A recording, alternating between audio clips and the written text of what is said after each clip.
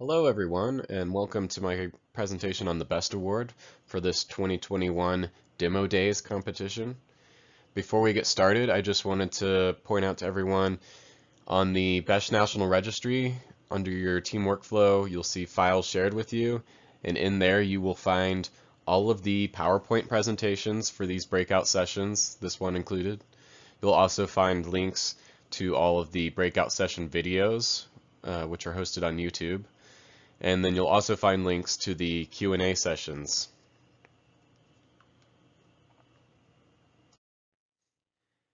I'll be talking about the Best Award competition and all the pieces that go into that.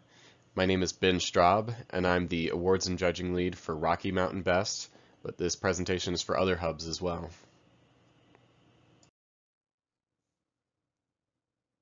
So to start off with, just to cover real quick, there are different competition options for 2021. You'll see these in the rules. There's the classic sort of competition where you actually build and compete in person, but there's also classroom and online options. So our hubs and what I'm covering today is just the classic competition. If we need to, we may have to move to a classroom option, just depending on the COVID-19 restrictions that may come up. But right now the plan is to do the classic option, so when you're reading the rules, just pay attention to that part and try not to get confused when it talks about the other options. Here's a summary of all the activities that are going into this year's classic or multi-team competition. So for the mandatory tasks, these are things that every team must participate in. So there's the robot critical design review. That's something that was implemented last year for the first time. And this is a judged activity. You could win an award for this, but it's also just a great opportunity for teams that maybe aren't sure if they're on the right track, just to present sort of what their ideas are, what their designs are, and the judges can help point you in the right direction if you're missing something or not really on the right track for the rules for the game. There's also the engineering notebook. We have a whole breakout session talking about the engineering notebook, but that's where you kind of document your design process, and it's a great tool for sort of building your documentation skills. And then of course there's the head-to-head robot competition.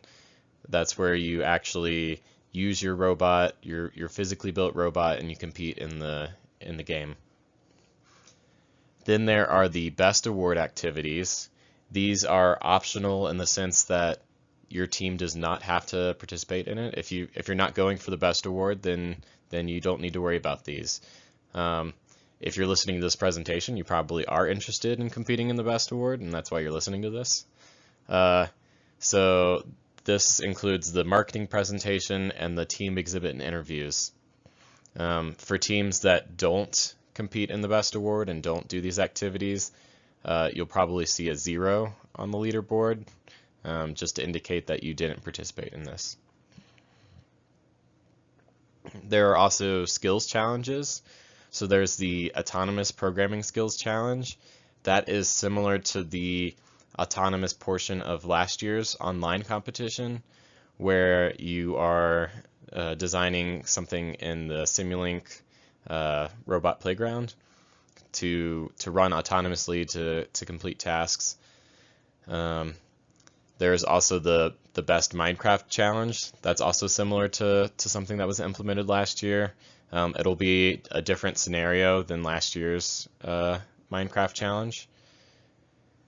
And then there's these optional skills challenges, and these are optional in the sense that not all hubs are offering all of these. So you'll need to pay attention to your specific hub and what they say they're offering to know whether any of these skills challenges will be offered to you. And those include the robot modeling, engineering drawings, website design, and video design challenges. And then of course there's also the additional challenge. This happens every year. There's the Simulink Design Challenge. And this is held at a regional level, but you don't have to qualify for regionals to enter this. And that has to do with programming your robot in Simulink, and you make a video explaining it, and then there's awards and prizes handed out for that. So you can find rules for all of these and also their score sheets. All of these things should be available on the registry for you. So now to actually talk about the BEST award. We consider the BEST award to be the most prestigious award in BEST robotics, and it goes to the team that best embodies the concept of boosting engineering, science, and technology, or BEST. These are the components that make up the BEST award and their different point totals. You'll see we have the engineering notebook, and that's worth the most out of all of them. And that's because we recognize that being able to document your work is a very important key skill in any sort of job or anything involving engineering, science, and technology. We've got the marketing presentation there next, team exhibits and interviews. You'll see that spirit and sportsmanship is not included again this year. That's because with COVID stuff still going on, there are some hubs that are still competing virtually, and or they may have limited venues and things like that. So we're still not doing spirit and sportsmanship this year. So you'll see a 0 for that on the registry. So don't think you did anything wrong there. It's just it'll be 0 for everybody this year. And then last you have the actual robot game day performance affects your points there, but you'll see that that's actually the least amount of points out of the ones we have this year. So it's really, this award is designed to really highlight the team that is good all around, not just at the robot, but they're able to document their work, they're able to market themselves, they're able to present their company and all that sort of stuff.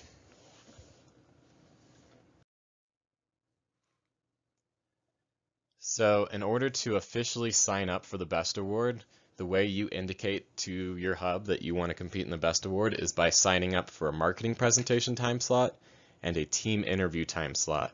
And both of those things are done through the BEST National Registry. And there's a link for it right there. If you're not familiar with the BEST National Registry, you'll want to get familiar with that, because that's really where everything sort of happens. All your signups, all your deadlines and deliverables, all of that goes to the registry. And so you'll be hearing me mention the registry a lot during this presentation. Make sure for those signups that you do sign up by the due date, and that will be indicated in the registry. You'll see when you go to your team workflow, there'll be a list of tasks and deliverables, and one of those will say like the deadline for signing up. Or if you look in the scheduled activities, when you go to sign up for a scheduled activity, it'll tell you what the due date is for signing up. So make sure that you complete that by the due date in order to indicate that you're competing for the BEST Award. So now let's talk about some of the details about the marketing presentation. So the marketing presentation is worth 25 points out of the total 90 points available for the BEST Award this year. And the goal of this is really to familiarize students with some of the marketing and business aspects of a company. So the teams will take the role of a company that's building and designing and manufacturing robots, and the judges will serve as the clients who are wanting to purchase robots to solve a problem, where the problem is sort of dictated by the game rules. And so it'll be the team's job to sort of tell the judges about, their product, about their company and brand information, and really at the end of the day to try to sell the judges on their robot. To sign up for the marketing presentation, you will be doing that through the BEST National Registry. Again, this is how you indicate to the hub that you are wanting to compete in the BEST Award, and you'll need to make sure that you sign up for your marketing presentation time slot as well as your team exhibit and interview time slot by the deadline shown in the BEST National Registry. If you need to change your time slot after that sign up deadline or have some other issue with scheduling, just reach out to your hub leadership, particularly the awards and judging lead, and they should be able to help you out. you should be able to find that contact information as well as logistics details, dates, in your team handbook or logistics plan. Some hubs have just a logistics plan, some hubs have just the team handbook, so look for one or the other, and you should be able to find all that information in it. The marketing presentation is planned to be held in person on practice day. Again, see your team handbook or logistics plan for more details about that marketing presentation location or where your practice day location is. And as for when you show up to the marketing presentation, just plan to arrive outside your presentation room at least 5 to 10 minutes prior to your time slot so that you can check in and see if they're running ahead of schedule or behind schedule, and just to get set up for your marketing presentation. There should be at least 5 minutes scheduled between presentation sessions, so there'll be a little bit of buffer room there, but judges will probably need that 5 minutes to finish their score sheets and if they need to take a quick break or something like that. And then of course, we're planning on having things in person, but as we all know, things can change. If new COVID-19 restrictions or health mandates cause us not to be able to have those presentations in person, then we'll switch to conducting those virtually, and we'll just use online video conferencing. But by this point, I think we're all pretty comfortable with that. So we'll be sure to let you know as soon as we can if something like that does change. The presentation time limits are firm. You only get 25 minutes for your marketing presentation, and we have to stick to that to make sure that we can stay on schedule. We kind of suggest this as like a general guide, this time breakdown. So allowing for 2 minutes to set things up, get your presentation up, connect it to the projector or whatever. Then spending 16 minutes for your actual presentation, and then leaving 5 minutes at the end for any final questions, and then closing your sale. And then leaving those 2 minutes for you to break down and clear the room. You may not need that much time to set up and break down, but leaving that amount of time for yourself helps things just go much smoother. If you do start to go over your 25 minutes, we'll cut you off, and we'll basically kick you out. And ultimately, it's you and your team's responsibility to keep track of your time. There may be a clock in the room, the judges may have like a timer or something that you can see, but ultimately it's up to you to keep track of that. Just to kind of set the background for the marketing presentation, your team is, again, you're pitching your product, your business that produces robots, and you're pitching this to the clients or the judges, who are decision makers at Best Inc. headquarters, and that's in response to a request for proposal, which is basically the problem that is set forth by the game rules. And so it's your job to build trust between your company and the client, and to talk about your product and why ultimately you want the client to purchase your product. You should cover your brand promise, your company's unique characteristics, and also your community outreach. And you should use storytelling to help illustrate your points and connect with the client. And then at the end, you should close your presentation by formalizing an offer with the client. These are some of the guidelines for the marketing presentation. You need to have a minimum of 4 and a maximum of 8 students, so somewhere between 4 and 8, and all the students in the room must actively participate in the presentation. So you can't have any students there that don't say anything or don't participate in the presentation. If you show up with fewer or more students, then we're probably going to tell you that, hey, you need to, find another student or, cut someone from the team because you must be between 4 and 8 students. And if you can't do that, then we're gonna take points away from you. Also note that you can't have adults or leaders in the room with you. They can't help with setup or tear down, or they can't be there for the presentation. They are not allowed in the room. Again, you can't have students that don't say anything. any student in the room has to participate in the presentation.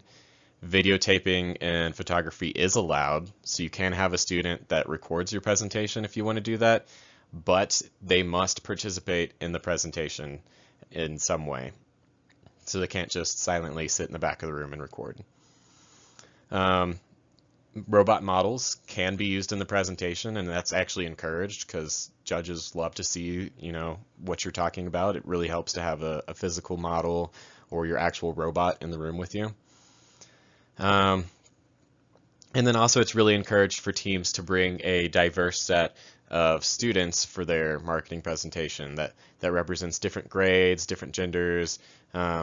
This all helps to demonstrate how your team or company is inclusive. The actual presentation format is totally up to the team. Just keep in mind that things like PowerPoint are popular for a reason because they do a great job of presenting information and visuals while guiding the conversation. I've seen teams come without a PowerPoint and just play a video, and that doesn't do well because there's really no conversation there. It's awkward and there's not really room for back and forth or questions. So I'd advise against that. I think PowerPoint's a tried and true method for presenting this kind of thing. In terms of equipment, you'll have some sort of projector or display that you can connect to for your marketing presentation. Details about your equipment and what AV inputs and whether or not you need to bring your own laptop, you can find all that in the team handbook or logistics plan in your national registry. In general, you can bring additional props and AV equipment, but if you have any questions about what equipment is already available or whether you can bring a certain thing or not, just reach out to the awards and judging lead ahead of time and we can definitely help you out. Another thing that I wanted to emphasize here is that you should not count on having an internet connection at the presentation. I've seen teams come and try to bring up their presentation online, but then they can't connect to the internet, and then they ended up having to give their presentation without their slides, and we want to avoid that. So don't count on having internet. Bring everything you need with you. That also means don't count on playing like a YouTube video in the middle of your presentation. It's not a good idea. And then another related point to that is that even if you are, bringing your own laptop and you have the presentation downloaded to it, it's a good idea to bring a backup of your slides on a USB drive, just in case something happens to your laptop or you need to switch to someone else's laptop at the last minute. It's a good idea to just have that backed up already. You'll see the rules talk about this conversational format, and it just says that after 10 minutes, the judges can start interrupting you with questions. So they'll let you have that first 10 minutes uninterrupted, but after that, they can start asking you questions. So just be prepared to go off script and adapt. You can, of course, invite questions earlier than that from the judges if you want. Or, maybe after that 10 minutes, if the judges don't feel like they have any questions or don't feel like they need to jump in, they may not interrupt you. So either way, just be prepared to go into that conversational format if it happens. So this is how the marketing presentation is evaluated. You'll see on the score sheet, it's broken down into 4 categories. You've got company overview for 30%, product features for 28%, business offer for 20%, and business professionalism for 22%. First up is company overview. I'm not going to read all these things to you because these all just come straight from the score sheet and the rules, so look into these yourself. I'll just give you a quick overview though. We've got organization. That's really how your team is organized, so just tell us about that, and just know we're looking for multidisciplinary stuff, so not just engineering, but you've got marketing and business and that sort of thing as well.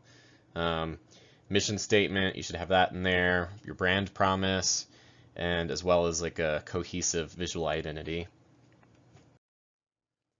And then the other things in company overview, you've got your public image, so that's like outreach and social media, that sort of thing. Also lumped into that is best and sponsor logos, so you should be including those in all your presentations. And then budget, what sort of income and expenses do you have? And then company sustainability, that's not talking about environmental sustainability. That's talking about how well your company is going to stick around. So, what sort of recruitment and training do you have for bringing in new team members and getting them up to speed?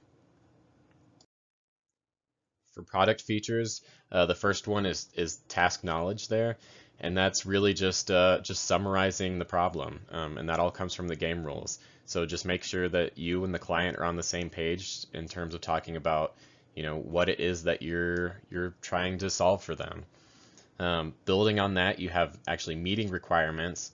So that's talking about how those game details and the problem statement influenced your design.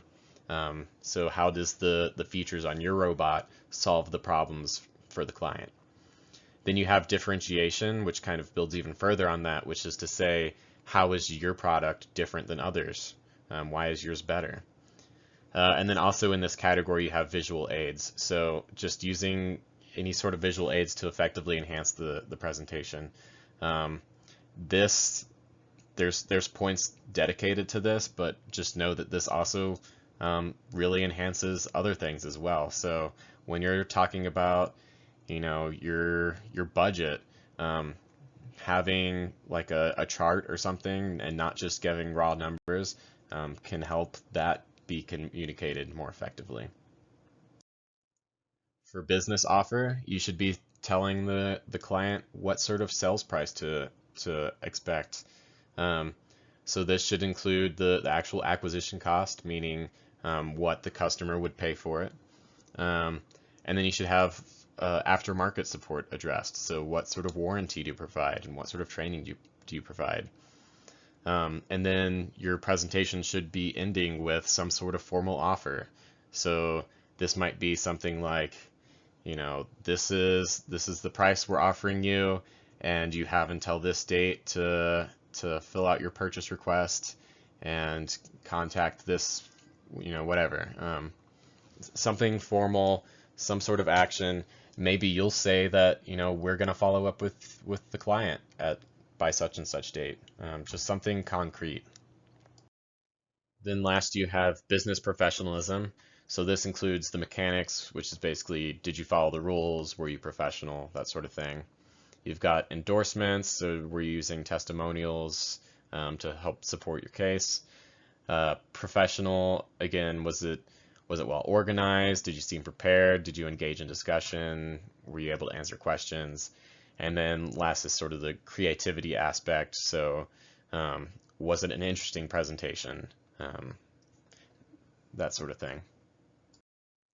One of the things that some teams struggle with is the concept of brand promise. So I'll talk about that a little bit more here. Again, it's defined as the value or experience that customers can expect to receive every time from a company. And I used that example of reliability earlier.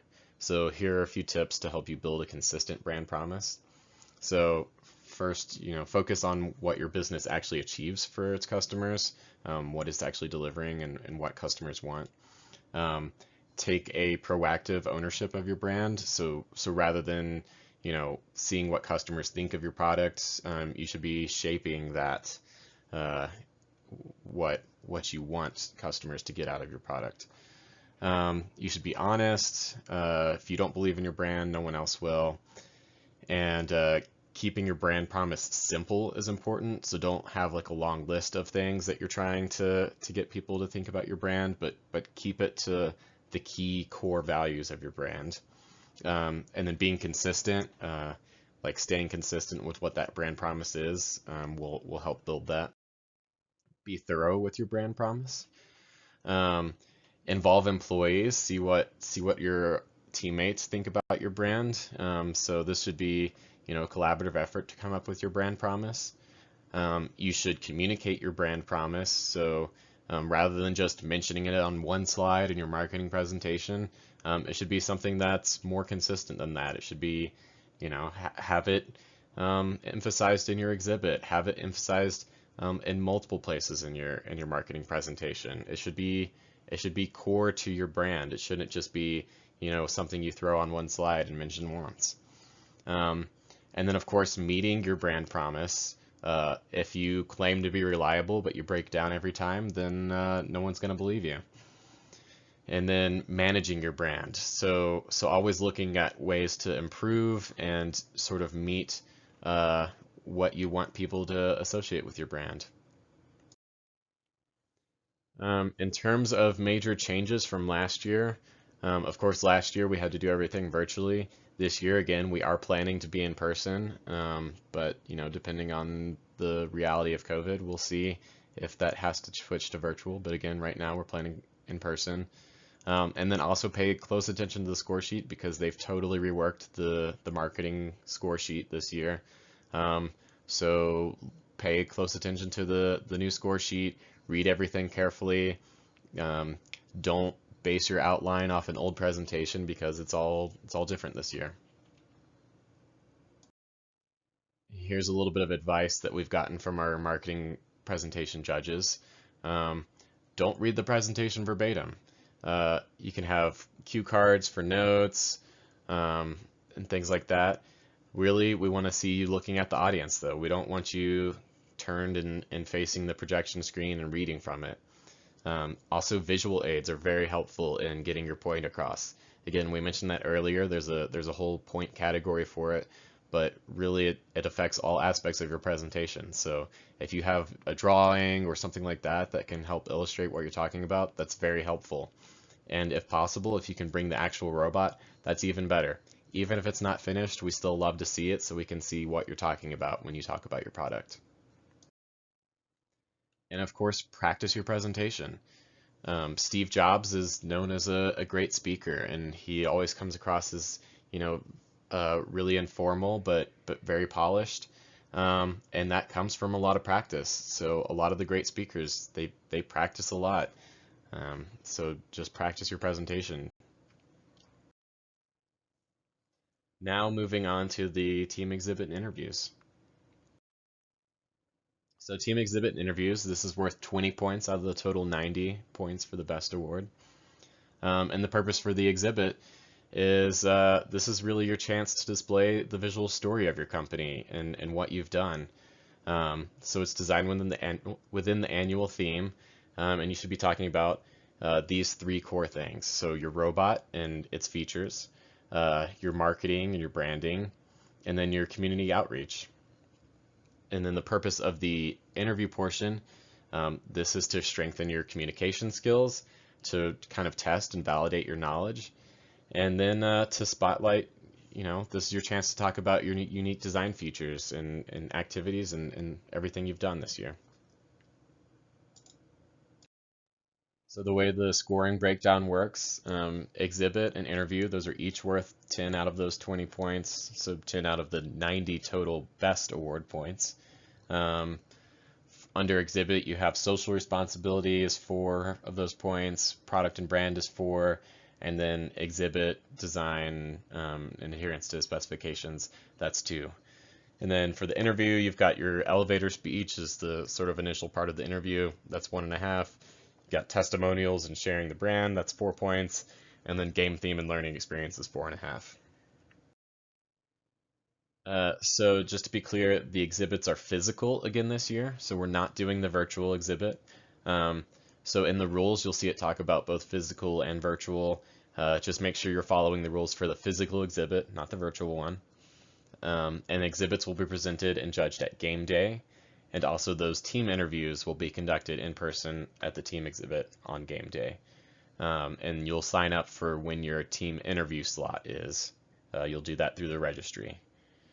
And then, of course, if for some reason, due to COVID restrictions or whatever, if we can't have in-person exhibits and interviews, then we'll do some kind of contingency. So probably your interviews will happen through video teleconferencing. And what will probably happen with your exhibit is you'll provide pictures or videos or something like that for the judges to score off of, but you'll still be using your physical exhibit. You'll just have to somehow convey that to the judges, and we'll provide all the details you need. We'll let you know as soon as possible if something like that does happen.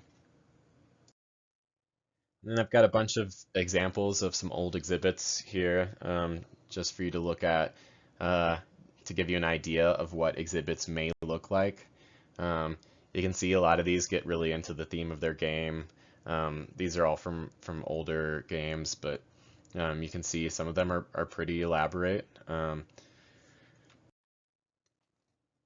lot of them, the good ones will be something that the audience and the judges can really interact with, or sort of enter the exhibit and be sort of immersed into what it is you're talking about.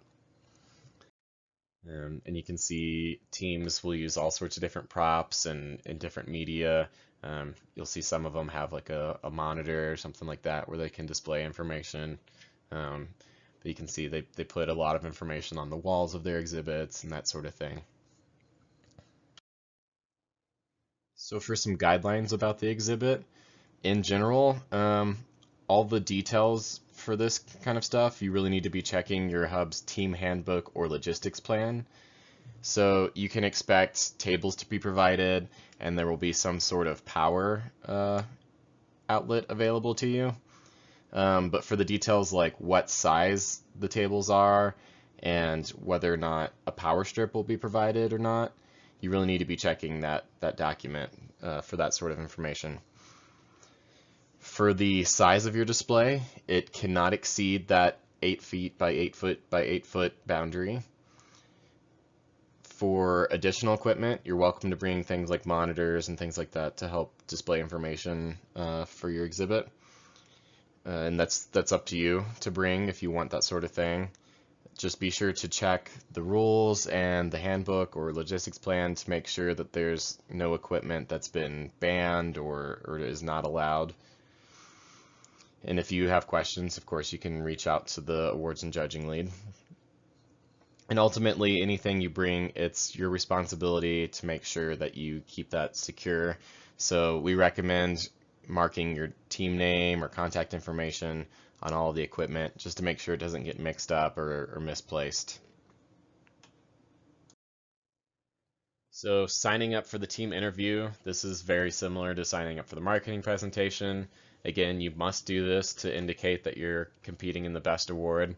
You'll do this on the National Registry, and you have to do it by the deadline. So make sure you're looking at the team workflow on the registry. That's where you'll do all this.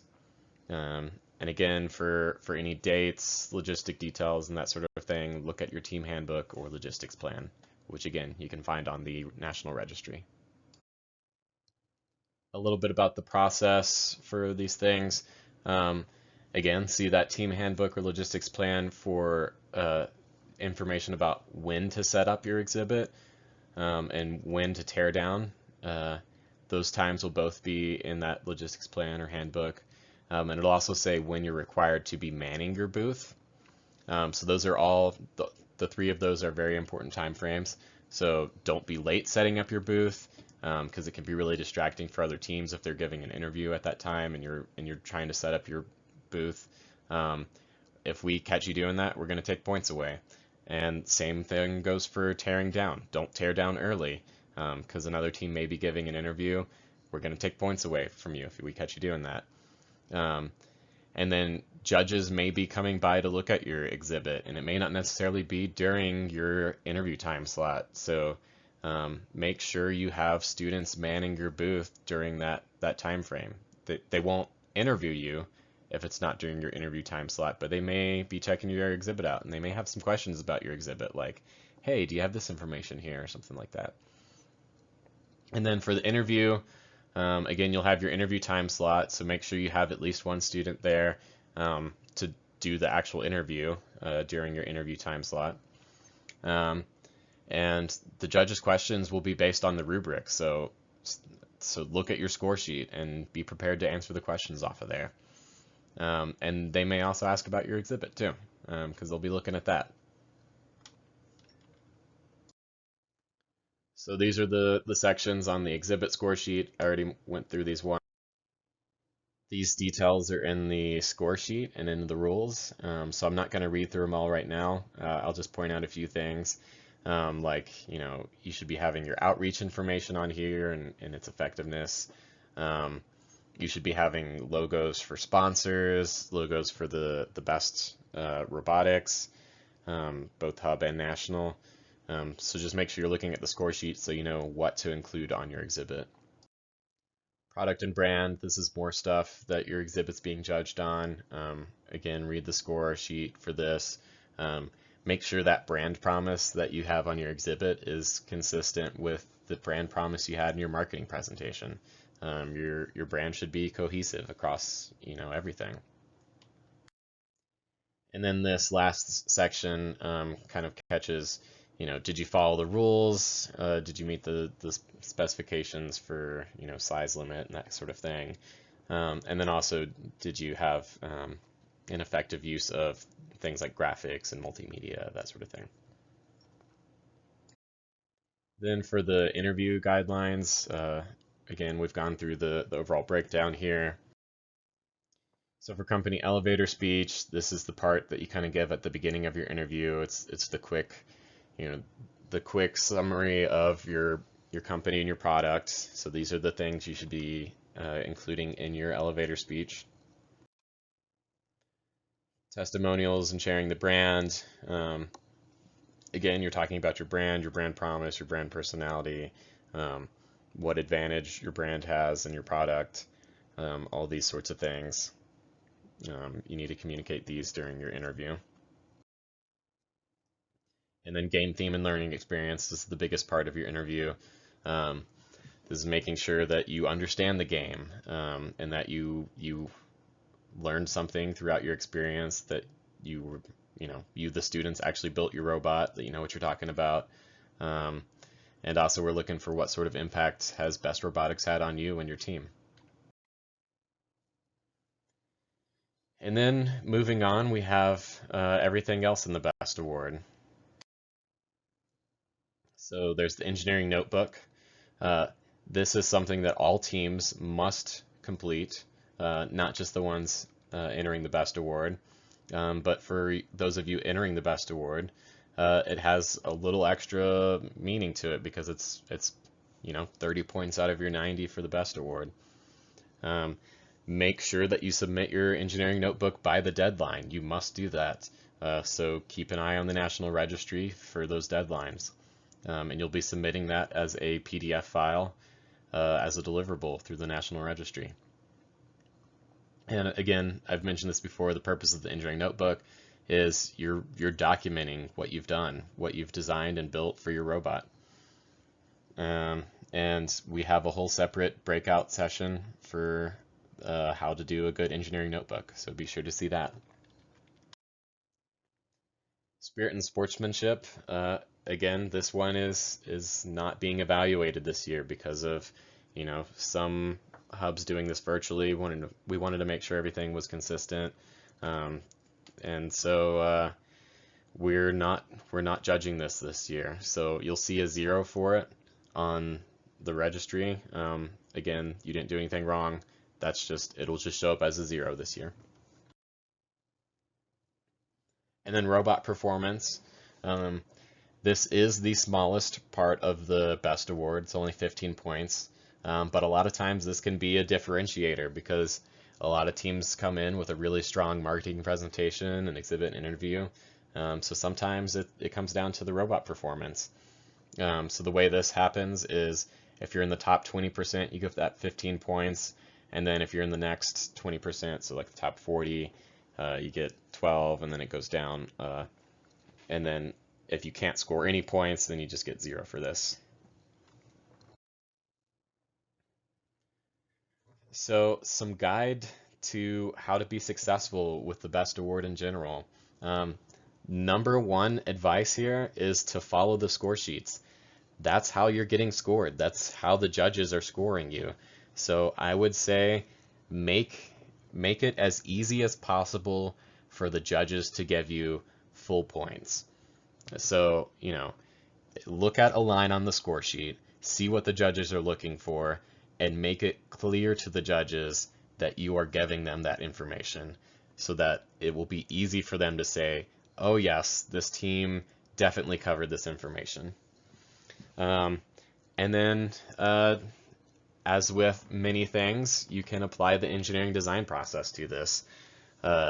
So you've probably seen this a lot, define your problem, brainstorm, evaluate, analyze, um, do a preliminary design, and then you sort of iterate to build your final design.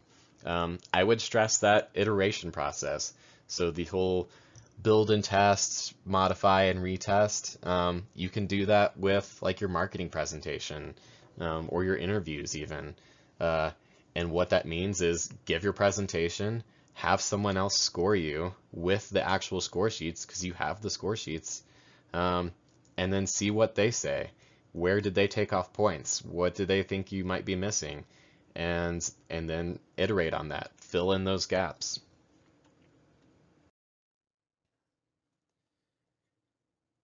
A few things to remember. Of course, everything that you submit needs to be the work of the students. Um, your teachers shouldn't be writing anything for you. They shouldn't be building anything for you. They can help guide you, but really everything, all the actual work should be done by you, the students. Um, your team's efforts, you're being judged by a distinguished set of judges, so just be respectful of their time and their effort. Um, don't don't sort of phone it in because you'll be wasting their time. Uh, Remember that your team members are always representing your team and your school. Judges will see you throughout the day. If they see your team, doing things they shouldn't be doing, that's going to reflect badly on you, and it may affect your scores in places. And a lot of times it comes down to just fractions of a point for the best award, between first and second place for the best award, or even between, second and third or third and fourth. It may be the difference between your team making it to regional championships or not.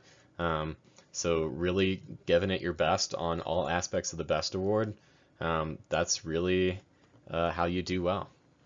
And then of course, just enjoy the experience. This should be a fun thing for you to work on. You get to do a lot of different things when you do the best award. There's a lot of different aspects to it, and I think it's a lot of fun. Just to emphasize one last time, read all the rules. Read the score sheets very carefully, so that you know exactly what you're being scored on. Read the actual competition rules, and especially there's an awards and judging section. There's a couple different sections on there. There's part just for the best award. Pay close attention to that. Again, read the score sheets. Read that team handbook or logistics plan that you can find on the registry. That will have a lot of the logistical details about the marketing presentation and exhibits and interviews. And then I can't emphasize enough, read the score sheets. Use those score sheets to guide what you're doing. Set up your marketing presentation, like outline based on the score sheet. And that'll really help you be very successful at this. And again, have a great time doing this. It should be really fun. Just to remind you, everything that you may need, all the resources you should need, is all available through the BESH National Registry. So be sure to go there and get familiar with it. It all goes through that team workflow page. So find that team workflow page. So you'll find that team handbook or logistics plan that I keep mentioning. That should be in the files shared with your team section of the team workflow. So go look there. There'll probably be a bunch of files, and look for your team handbook or logistics plan. You'll also probably find the team, or not the team. You'll find the game rules there, and other important documents. And then keep track of deadlines. Don't miss a deadline. That'll be bad. The deadlines, you can find deadlines for everything in the tasks and deliverables section. Even like sign up deadlines, that should show up there as well. And then to see any time slots that your team is registered for, you can find that in the scheduled activities section of your team workflow. And that's all I've got for you today. So thank you so much for viewing this presentation. Hopefully it was helpful for you all. One last reminder, again, you can find the PowerPoint file for this presentation in your team workflow in the file shared with you, as well as the presentations for all the other breakout sessions. You can find the links to the actual videos on YouTube in there as well, and you can find the links to the breakout Q&A sessions. Thanks.